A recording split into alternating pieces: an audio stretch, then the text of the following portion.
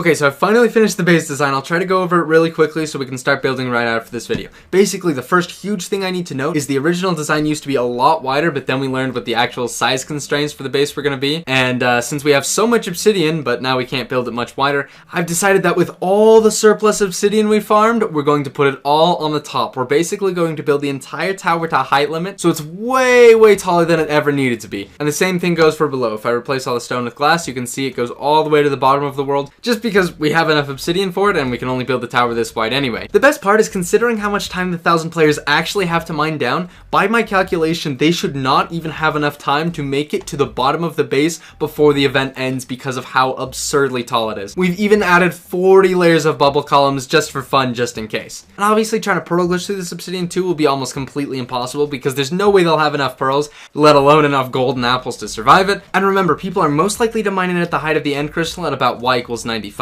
Now as for the side, which is kind of our biggest weakness since it can only be like 40 blocks thick due to the size constraints, we came up with a lot of different defenses, but if I learned anything from the previous event, it's that unironically, the defense that takes the single longest amount of time to break into is solid obsidian, and we have plenty of that. So we do have one layer of lava going from the very top of the base down to ground level, and that's just because it's really easy to do, so why not? And I think at least some people will think it's thicker than it actually is. Then we'll have a layer of bubble elevators since they're also cheap to make, and we'll probably have a lot of spare soul sand, and I think they'll stop a lot of people who don't understand how to mine through bubble elevators. And after that, like I said, seriously, the best defense we can have is just solid obsidian. So we have huge thick wall of solid obsidian, and it has the bonus perk of being easy to x-ray through, since it's obviously easier to x-ray through completely solid obsidian than it is to x-ray through a wither defense. Then we have the final defense room, which is similar to Team B's defense room with the obsidian crystal, except it's completely full of lava and will all have fire resistance, so anyone who breaks in needs fire resistance. It's also surrounded by glass so we can see where people break in, although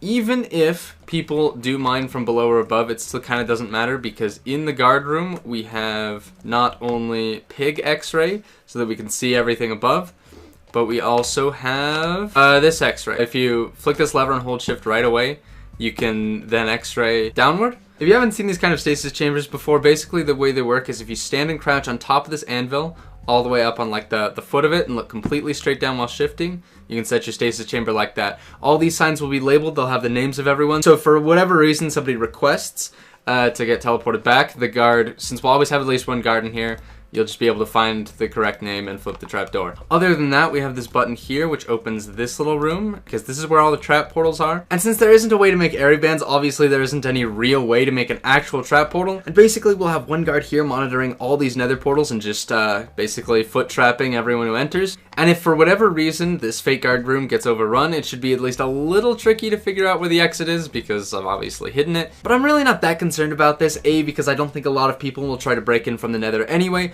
B, I think there's a decent chance this will fool at least like 50% of people. C, most of our storage will be in shulker boxes in our ender chest anyway, and not in these chests. Even if someone gets here, they're unlikely to find our bed because it's a few blocks down in the squilly setup. Speaking of, when you respawn, it's really easy to get to the guard room very fast. You'll respawn right here, and instantly you can grab a shulker, gear up with whatever you need. You run across this, you'll get invisibility, fire res, speed, and strength.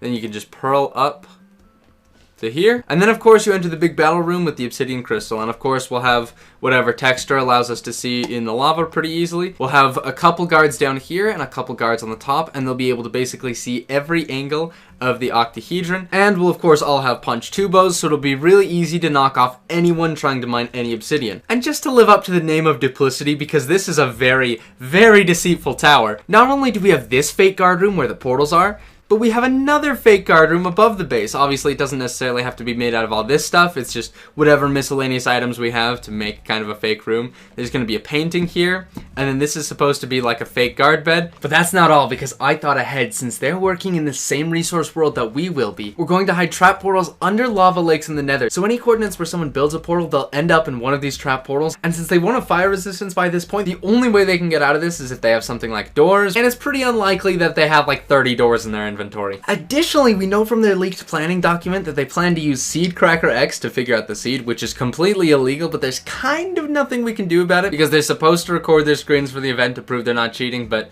you know, out of 1,000 people, some people. But I saw the Seedcracker they're planning on using in their leaked plans, and it works by looking at particular structures, and the structure that works best is shipwrecks, but it only works if it's fresh and completely intact. So every shipwreck we see, we will be damaging significantly so that the Seedcracker can't receive data from it, and it'll be much harder for them to cheat. One final thing before I end this video and we can start quickly finishing building our base is that I want to find all the nearby end portals, including the one we lit, and do the TPS glitch thing I mentioned to break all the portal frames, so it'll be much harder for them to go to the end. With all that said, I think that's everything. I'll link the schematic below this video so you can upload it to the server and start getting to work.